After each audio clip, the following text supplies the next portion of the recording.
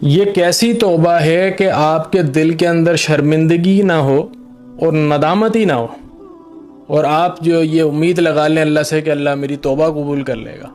توبہ کی 3 اقسام ہیں۔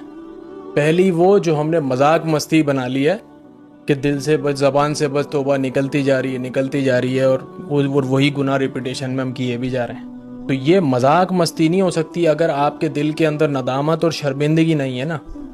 دوسرے درجے کی توبہ کون سی ہے کہ آپ کے دل کے کسی حصے کے اندر شرمندگی ہے، ندامت ہے، اس کے بعد آپ اللہ سے کیے ہوئے گناہ کے اوپر جو ہے وہ معافی طلب کر لیں کہ اللہ مجھے معاف کر دے، مجھ سے یہ گناہ ہو گیا۔ یہ بھی اللہ اپنی رحمت سے کسی درجے میں انشاءاللہ قبول فرما لیں گے۔ لیکن جو بیسٹ توبہ ہے نا، وہ بیسٹ توبہ یہ ہے کہ آپ کے دل کے اندر شرمندگی بھی ہو، آپ نادم بھی ہوں، اور اللہ سے کمٹمنٹ کریں کہ جس گناہ کی بیسس کے اوپر اللہ تم مجھ سے امید ہے کہ مجھ سے ناراض ہو گیا ہوگا، ایسی غلطی کر بیٹھا ہوں، ایسا کبیرہ گناہ کر بیٹھا ہوں کہ ممکن ہے کہ تم مجھ سے ناراض ہو گیا ہوگا، جو تجھے انتہائی ناپسند ہے، میں تجھے کمٹمنٹ دیتا ہوں کہ یہ آئندہ نہیں کروں۔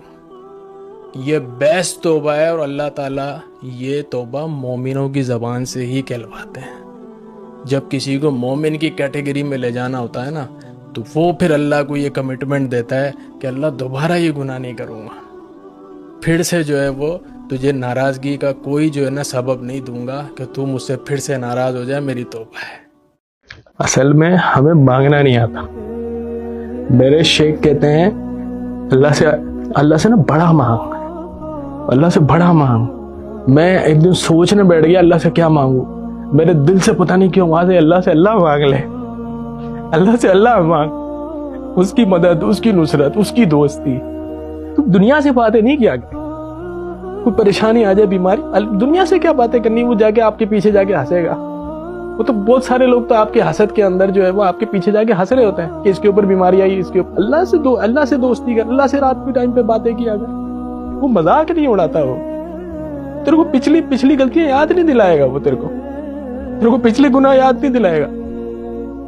کسی دنیا کے سامنے آپ جا کے کسی کے سامنے آپ نے کوئی وہ کی ہو، کوئی حرکت کی ہو، کوئی اس کی برائی کی ہو، وہ پچھلی آپ اسے 10 دفعہ معافی مانگ لے، پچھلی دفعہ پھر یاد دلائے گا آپ۔ اللہ یاد نہیں دلاتا، اللہ پچھلے حساب صاف کر دیتا ہے۔ اگر آپ نماز پڑھتے ہیں اور نماز کے پابند ہیں لیکن اس کے باوجود بھی بے حیائی کے کاموں میں انوالو ہیں، اگر آپ خواتین میں سے ہیں اور حجاب نہیں کرتے، مکس گیدرنگز کے اندر جاتے ہیں، اگر آپ مرد ہیں تو غیر محرم کے سامنے اپنی نظروں کو جھکا کے نہیں چلتے، فحش گفتگو کرتے ہیں، گندی فلمیں دیکھتے ہیں، اگر آپ، تو قرآن کیا کہتا ہے؟ ان الصلاۃ تنہی عن الفحشاء والمنکر۔ نماز بے حیائی سے روکتی ہے اور برائی سے روکتی ہے۔ اس کا مطلب یہ نہیں کہ یہ آیت غلط ہو، اس کا مطلب یہ کہ آپ کی نماز کے اندر کوئی نہ، اپنی نماز کو چیک کرنا پڑے گا آپ کو کہ آپ کی نماز میں ایسی کیا خامی ہے کہ آپ کو وہ برائی سے روک نہیں پا رہی، بے حیائی سے روک نہیں پا رہی۔ اپنی نمازوں کو چیک کریں اور بے حیائی کے کاموں سے جو ہے وہ کوشش کر کے پرہیز کریں۔